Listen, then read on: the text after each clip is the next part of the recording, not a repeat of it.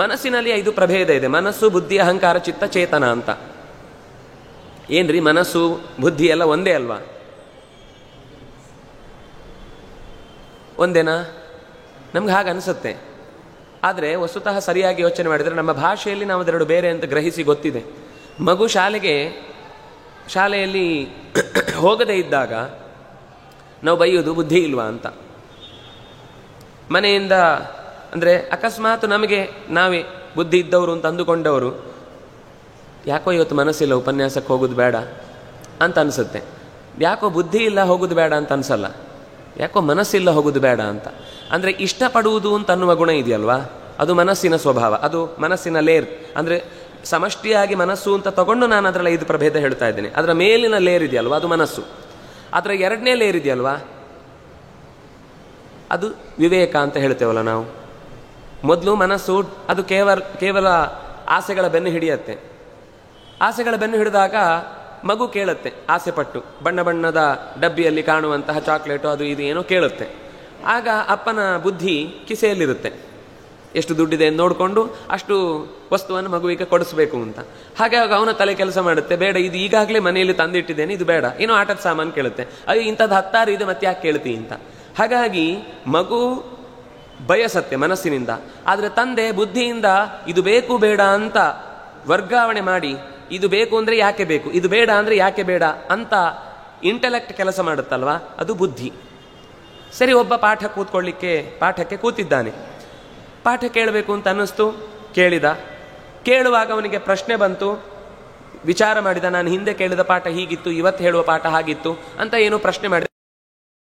ಅಲ್ಲಿ ಬುದ್ಧಿ ಕೆಲಸ ಮಾಡಿತು. ಮೊದಲು ಕೇಳಬೇಕು ಅನ್ನುವ ಆಸೆ ಇತ್ತು, 2ನೇ ಬಾರಿ ಮತ್ತೆ ಅದನ್ನು ಪ್ರಶ್ನೆ ಮಾಡುವಾಗ ಅವನ ಬುದ್ಧಿ ಕೆಲಸ ಮಾಡಿತು. ಬುದ್ಧಿ ಕೆಲಸ ಮಾಡಿ ಅಲ್ಲಿಗೆ ನಿಲ್ಲಿಸಿದ ಅಂದರೆ ಮರುದಿವಸಕ್ಕಾಗುವಾಗ ಅವತ್ತಿನ ಮಧ್ಯಾಹ್ನದ ಊಟ, ರಾತ್ರಿಯ ಊಟದ ಕೆಳಗೆ ಹೋಗಿ ಅದು ಮಲ್ಕೊಂಡ್ಬಿಡುತ್ತೆ, ಮರ್ತೋಗ್ಬಿಡುತ್ತೆ.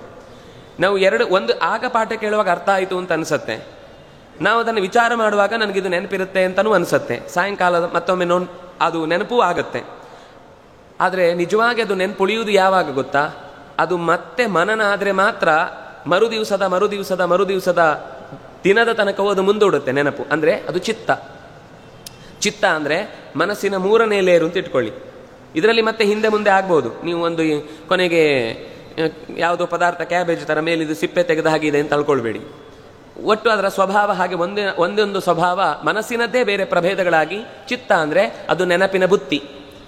ನಾವು ಏನನ್ನ ಕೇಳ್ತೇವೆ, ಕೇಳಿದ ಮೇಲೆ ವಿಚಾರ ಮಾಡ್ತೇವೆ, ಮತ್ತೆ ಅದನ್ನು ಮನನ ಮಾಡಿದರೆ, ಮತ್ತೊಂದು ಸರ್ತಿ ಅದನ್ನು ಉರು ಹೊಡೆದ್ರೆ ಅಥವಾ ಪ್ರಾಕ್ಟೀಸ್ ಮಾಡಿದರೆ ಅದು ಚಿತ್ತಕೋಶಕ್ಕೆ ಟ್ರಾನ್ಸ್ಫರ್ ಆಗುತ್ತೆ.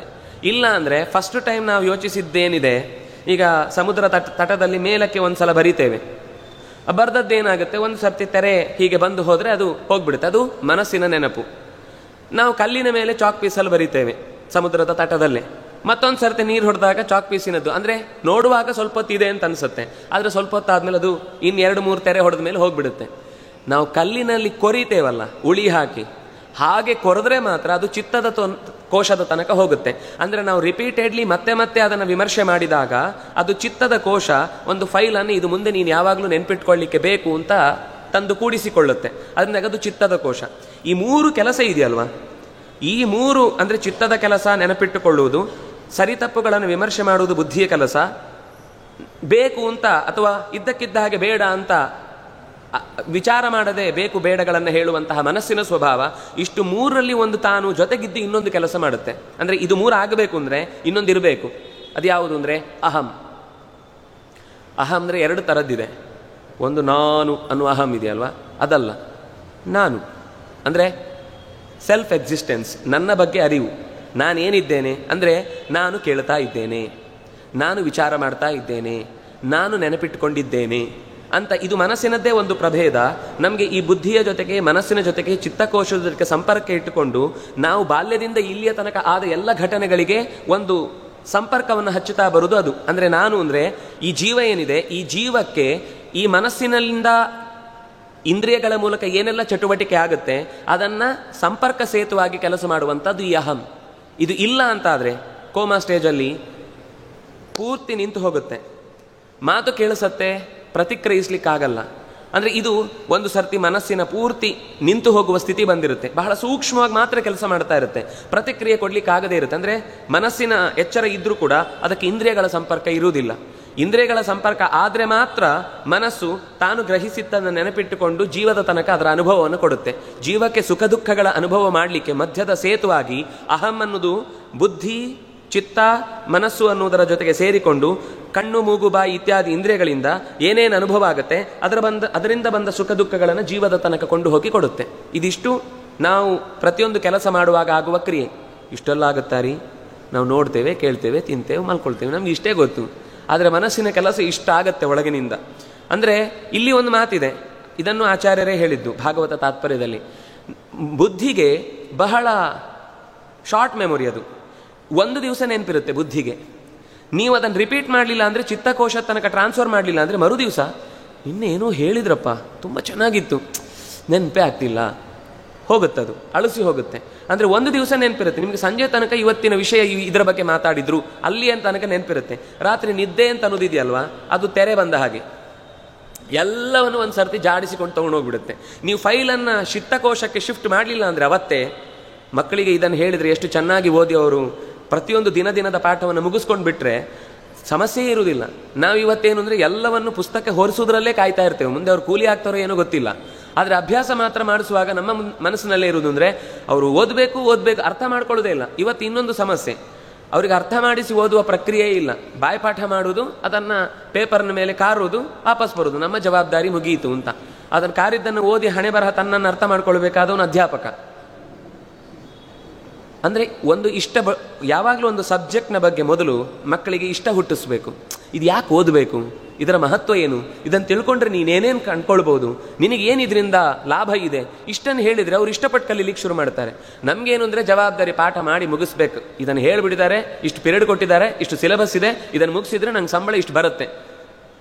ಯಾವುದರಲ್ಲೂ ನಾವು ನಮ್ಮ ಡೆಡಿಕೇಶನನ್ನು ಕೊಡ್ತಾ ಇಲ್ಲ ಅನ್ನೋದೇ ಇದು. ಆ ಒಂದು ಕೆಲಸ ಅಂತಲ್ಲ, ಯಾವುದೇ ಕ್ಷೇತ್ರದಲ್ಲೂ ಕೂಡ ಆಯಾ ಕ್ಷೇತ್ರದ ಡೆಡಿಕೇಶನ್ ಇಲ್ಲ ಅನ್ನೋದರಿಂದಲೇ ನಾವು ಇವತ್ತು ಈ ಎಲ್ಲ ಸಂಪನ್ಮೂಲಗಳನ್ನು ನಾವು ಕಳ್ಕೊಳ್ತಾ ಇದ್ದೇವೆ. ಹಾಗಾಗಿ ಮಕ್ಕಳಿಗೆ ನಾವು ಆಸಕ್ತಿ ಹುಟ್ಟಿಸಬೇಕಾದದ್ದು ನಿತ್ಯ ಜಪ ಮಾಡು ಅಂತ ಹೇಳುವ ಮುಂಚೆ ಯಾಕೆ ಮಾಡಬೇಕು, ಅದರಿಂದ ಏನು ಲಾಭ, ಯಾಕೆ ಅದನ್ನು ಮಾಡಿದರೆ ನಮ್ಮ ಜೀವನದಲ್ಲಿ ಒಳ್ಳೆಯದನ್ನು ನಾವು ಪಡೀಲಿಕ್ಕೆ ಸಾಧ್ಯ ಇಲ್ಲ, ಮಾಡಿದರೆ ಒಳ್ಳೇದಾಗತ್ತೆ ಅಂತ ಅನ್ನೋದನ್ನು ಎಷ್ಟು ಹಿಂದಿನವರು ಮಾಡಿ ತೋರಿಸಿದ್ದಾರೆ ಅಂತ ನಾವು ಹೇಳಿ ಅದನ್ನು ಮಾಡಿಸಿದರೆ ನಮಗೇನು ಅಂದರೆ ನಾವು ಮಾಡೋದಿಲ್ಲ, ಮಾಡಿ ಅಂತ ಜೋರು ಮಾಡ್ತೇವೆ.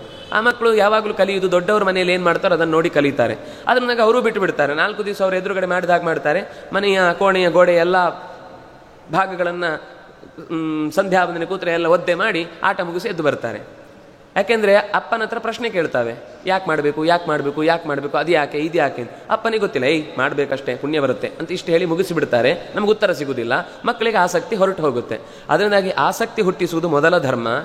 ಹಾಗೆ ಆಸಕ್ತಿ ಹುಟ್ಟಿದ ಮೇಲೆ ಅದು ವಿಚಾರ ಮಾಡುತ್ತೆ, ನೆನಪಿನ ತನಕ ಎಳ್ಕೊಂಡು ಹೋಗುತ್ತೆ, ಮತ್ತೆ ಬೇರೆ ಬೇರೆ ಸಂದರ್ಭ ಬಂದಾಗ ಅದು ನೆನಪಾಗುತ್ತೆ. ಅದರಿಂದಾಗಿ ಧ್ರುವ ಸ್ಮೃತಿ, ಸತ್ವಶುದ್ಧಿ ಆದರೆ ಮತ್ತೆ ಯಾವಾಗ ಬೇಕೋ ಆ ವಿಷಯಗಳು ನಮಗೆ ಚೆನ್ನಾಗಿ ನೆನ್ಪುಳಿಲಿಕ್ಕೆ ಸಾಧ್ಯ ಆಗುತ್ತೆ. ಅದರಿಂದಾಗಿ ಇನ್ನೂ ಒಂದು ಬಿಟ್ಟೆ, ಚೇತನ. ಇದೇನು ಮನಸ್ಸಿನ ಕೊನೆಯ ಪ್ರಭೇದ. ಇದು ಅಂದರೆ ಬಹಳ ರೇರ್, ಅದು ಅಪರೂಪಕ್ಕೆ. ಎಷ್ಟೋ ಕೋಟಿ ಮಂದಿಯಲ್ಲಿ ಒಬ್ಬೊಬ್ಬರಿಗೆ ತಮ್ಮ ಹಿಂದಿನ ಜನ್ಮದ ನೆನಪಿರುತ್ತೆ. ಈಗ ಚಿತ್ತ ಇದೆಯಲ್ವಾ, ಆ ಚಿತ್ತವೇ ಅತ್ಯಂತ ಗಾಢವಾಗಿ ಹಳೆಯ ನೆನಪುಗಳನ್ನು ತಂದೊಡ್ಡಿದ್ರೆ ಅದೇ ಚೇತನ. ಅದು ಮನಸ್ಸಿನದ್ದೇ ಕೊನೆಯ ಪ್ರಭೇದ, ಅದು ಜಡವೇ. ಮನಸ್ಸು ಅನ್ನೋದು ನಮಗೇನಾಗಿದೆ ಅಂದರೆ ಅದಕ್ಕೂ ಜೀವ ಇದೆ ಅಂತ ನಾವು ಭಾವಿಸ್ತೇವೆ, ಅದು ಜಡ, ಅದು ಕಂಪ್ಯೂಟರ್ ಅಷ್ಟೇ. ಅದು ನಾವು ಅದಕ್ಕೇನು ಪ್ರೋಗ್ರಾಮ್ ಫೀಡ್ ಮಾಡ್ತೇವೆ ಅದನ್ನು ಟೈಪ್ ಮಾಡಿದರೆ ಆ ಪ್ರೋಗ್ರಾಮ್ನ ನನ್ನಲ್ಲಿ ಹೀಗಿದೆ ಅಂತ ತೋರಿಸಿಕೊಡುತ್ತೆ. ನಾವು ಮನಸ್ಸಿಗೆ ಏನೇನು ಅಭ್ಯಾಸ ಕಲಿಸ್ತೇವೆ ಅದೇ ಅಭ್ಯಾಸ ಪಡುವುದನ್ನು ಇಷ್ಟಪಡ್ತಾ ಇರುತ್ತೆ. ಬಾಲ್ಯದಲ್ಲಿಯೇ ಮಾಂಸವನ್ನು ತಿನ್ನುವ ಅಭ್ಯಾಸ ಇದ್ದ ಮಗುವಿಗೆ ಅದು ಕಷ್ಟ ಅಂತ ಅನಿಸೋದಿಲ್ಲ. ಆದರೆ ಯಾವಾಗ ಅದನ್ನು ತಿನ್ನದೇ ಇದ್ದವನಿಗೆ ಅದು ನೋಡಿದರೆ ತುಂಬ ಕಷ್ಟ ಆಗುತ್ತೆ. ಅದು ಅವರ ಆಹಾರ ಅಂತ ನಾವು ಮನಸ್ಸನ್ನು ಇಟ್ಟುಕೊಂಡ್ರೆ ಅದರ ಬಗ್ಗೆ ವ್ಯಗ್ರತೆ ಬರುವುದಿಲ್ಲ. ನಮ್ಮ ಮನಸ್ಸಿಗೆ ನಾವು ಹೇಗೆ ಟ್ರೈನ್ ಮಾಡ್ತೇವೋ ಹಾಗೆ ನಮ್ಮ ಮನಸ್ಸು ಬೆಳೆಯುತ್ತೆ. ಅಂದರೆ ಒಂದು ಪ್ರಾಣಿಯನ್ನು ಹಿಂಸಿಸಬಾರ್ದು ಅಂತ ಅನ್ನೋ ಎಚ್ಚರ ಮೊದಲಿಂದಲೇ ಚಿಕ್ಕಂದಿನಿಂದ ಇದ್ದರೆ ಮುಂದೆ ಯಾವತ್ತೂ ಕೂಡ ಆ ರೀತಿ ಹಿಂಸಿಸಬೇಕು ಅನ್ನುವ ಭಾವ ಬರುವುದಿಲ್ಲ. ನೀವು ನೋಡಿದರೆ ಮಕ್ಕಳಿಗೇನೆ ನಾವು ಇವತ್ತು ಏನು ಭಯೋತ್ಪಾದನೆ ಅಂತ ಅನ್ನೋದರಿಂದ ಹೆದರ್ತೇವೆ, ಅದನ್ನು ಆಟದ ರೀತಿಯಲ್ಲಿ ಮಕ್ಕಳಿಗೆ ಹೇಳಿಕೊಡುವಂಥದ್ದನ್ನು ನೋಡ್ತೇವೆ. ಅಂದರೆ ಅವರ ಮನಸ್ಸಿನ ಬಾಲ್ಯದ ಮನಸ್ಸಿನಿಗೇನೆ ಅಂಥ ತರಬೇತು ಕೊಟ್ಟವರನ್ನು ಆ ರೀತಿ ಬ್ರೈನ್ ವಾಶ್ ಮಾಡಿ ನಮ್ಮ ದೇಶದ ವಿರುದ್ಧ ಹಾತೊರೆಯುವಂಥ ಕೆಲಸಗಳನ್ನು ಮಾಡುವಂತೆ ಮಾಡ್ತಾರೆ. ಅಂದರೆ ಮನಸ್ಸಿನ ಸ್ವಭಾವ ಏನು ಅಂದರೆ, ನೀವೇನು ಕೊಡ್ತಿರೋದನ್ನು ತಗೊಳುತ್ತೆ. ನೀವು ಒಳ್ಳೇದು ಕೊಟ್ಟರೆ ಒಳ್ಳೇದನ್ನು ತಗೊಳುತ್ತೆ, ಕೆಟ್ಟದನ್ನು ಕೊಟ್ಟರೆ ಕೆಟ್ಟದನ್ನು ತಗೊಳುತ್ತೆ. ಕೊಟ್ಟ ಮೇಲೆ ಕೆಟ್ಟದ್ದನ್ನೇ ಕೊಡುತ್ತೆ, ಒಳ್ಳೇದು ಕೊಟ್ಟಿದ್ರೆ ಒಳ್ಳೇದನ್ನೇ ಕೊಡುತ್ತೆ. ಅದು ಮನಸ್ಸಿನ ಸ್ವಭಾವ. ಅದಕ್ಕೆ ಮನಸ್ಸು ಅಂದರೆ ನಮ್ಮ ಮನೆಯ ಮಗು ಇದ್ದ ಹಾಗೆ. ನಮ್ಮ ಮನೆಯಲ್ಲಿ ಗಂಡ ಹೆಂಡತಿ ಯಾವಾಗಲೂ ಜಗಳ ಆಡ್ತಾ ಇದ್ದಾರೆ ಅಂದರೆ ಆ ಮಗುನು ಸಿಕ್ಕಿದವ್ರ ಹತ್ರ ಎಲ್ಲ ಜಗಳ ಆಡ್ತಾ ಇರುತ್ತೆ. ನಮ್ಮ ಮನೆಯಲ್ಲಿ ಎಲ್ಲರೂ ಶಾಂತವಾಗಿದ್ದಾರೆ ಅಂದರೆ ಆ ಮಗುವು ತುಂಬ ಶಾಂತವಾಗಿರುತ್ತೆ. ಅಂದರೆ ದೊಡ್ಡವರನ್ನು ನೋಡಿ ಕಲಿಯುವುದು ಜಾಸ್ತಿ. ಅದು ನಮ್ಮ ಮನಸ್ಸಿಗೆ ಒಂದು ಪ್ರತೀಕ, ಮಾದರಿ ಇದ್ದ ಹಾಗೆ. ನಾವು ಮಕ್ಕಳನ್ನು ನೋಡ್ತಾ ನೋಡ್ತಾ ನಮ್ಮ ಮನಸ್ಸನ್ನು ಅರ್ಥ ಮಾಡ್ಕೊಳ್ಳಿಕ್ಕಾಗುತ್ತೆ. ಯಾಕೆ ಒಂದು ದಾಂಪತ್ಯ, ಒಂದು ಮಕ್ಕಳನ್ನು ಪಡೆಯುವುದು, ಅದನ್ನು ಸಾಕಿ ಸಲಹಿ ಬೆಳೆಸುವುದು ಅಂತಂದರೆ ಅಲ್ಲಿಯ ತನಕ ನಮಗೆ ಅಧ್ಯಯನ ಆಗಿರುತ್ತೆ, ಆದರೆ ಯಾವುದು ಅನುಭವದಲ್ಲಿ ಇರುವುದಿಲ್ಲ. ಯಾವಾಗ ಒಂದು ಜವಾಬ್ದಾರಿ ಅಂತ ಬಂದು ನಮ್ಮ ರಕ್ತ ಮಾಂಸವನ್ನು ಹಂಚಿಕೊಂಡು ಹುಟ್ಟಿದ ಮಗು ನಮ್ಮ ಮನಸ್ಸಿನ ಪ್ರತೀಕವಾಗಿ ಹೊರಗಡೆ ನಿಲ್ಲತ್ತೆ, ಆವಾಗ ನಾವು ಅದನ್ನು ನೋಡ್ತಾ ನಾವು ಹೇಗೆ ನಡೀತಾ ಇದ್ದೇವೆ ಅನ್ನೋದು ಗೊತ್ತಾಗ್ತಾ ಇರುತ್ತೆ. ನಾವು ಮಕ್ಕಳಿಗೆ ಒಂದು ಸಲ ಹೇಳಿದ್ರೆ ಅರ್ಥ ಆಗಲ್ಲ, 2 ಸಲ ಹೇಳಿದ್ರೆ ಅರ್ಥ ಆಗಲ್ಲ, ಕೆಲವೊಂದು ಸರ್ತಿ 10 ಸಲ ಹೇಳಬೇಕಾಗತ್ತೆ, ಕೊನೆಗೆ ಅದಕ್ಕೆ ಅನುಭವ ಆದ್ಮೇಲೆ ನಿಲ್ಲತ್ತೆ. ಹಾಗೆ ನಮ್ಮ ಮನಸ್ಸಿಗೂ ಕೂಡ 1 ಸಲ ಹೇಳಿದ್ರೆ ಅರ್ಥ ಆಗಲ್ಲ, 2 ಸಲ ಹೇಳಿದ್ರೆ ಅರ್ಥ ಆಗಲ್ಲ, 10 ಸಲ ಹೇಳಬೇಕಾಗತ್ತೆ, ಮತ್ತೆ ಮತ್ತೆ ಕೇಳಬೇಕಾಗತ್ತೆ. ಕೆಲವರು ಏಕಸಂಧಿಗ್ರಾಹಿಗಳು, ಕೆಲವರು 100 ಸರ್ತಿ ಕೇಳಿದ್ರೂ ಅರ್ಥ ಆಗದೆ ಹಾಗೆ ಹೋಗುತ್ತೆ. ಅದು ಅವರವರ ಮಾನಸಿಕ ಸ್ಥಿತಿ. ಆದರೆ ಒಂದಂತೂ ಸತ್ಯ, ನಮ್ಮ ಮನಸ್ಸು ಅನ್ನೋದು ನಮ್ಮ ಮಗು. ಅದನ್ನು ಪ್ರೀತಿಯಿಂದ ನಾವು ಮಕ್ಕಳಿಗೆ ಹೇಗೆ ಪೂಸಿ ಹಾಕಿ ಹೇಳ್ತೇವೋ ಹಾಗೆ ಹೇಳಿದರೆ ಅದು ಕೇಳುತ್ತೆ. ಹಾಗೆ ಕೇಳಿಸ್ಬೇಕು ಅಂತ ಅನ್ನುವ ದೃಷ್ಟಿಯಿಂದಲೇ ಮತ್ತೆ ಮತ್ತೆ ಮನಸ್ಸನ್ನು ಶುದ್ಧ ಮಾಡುವ ಕೆಲಸವನ್ನು ಮಾಡ್ತಾ ಇರು ಅಂತ ಜಪದಲ್ಲಿ ಅಷ್ಟು ವಿಭಾಗಗಳನ್ನು ಹೇಳ್ತಾ ಹೋಗಿದ್ದು.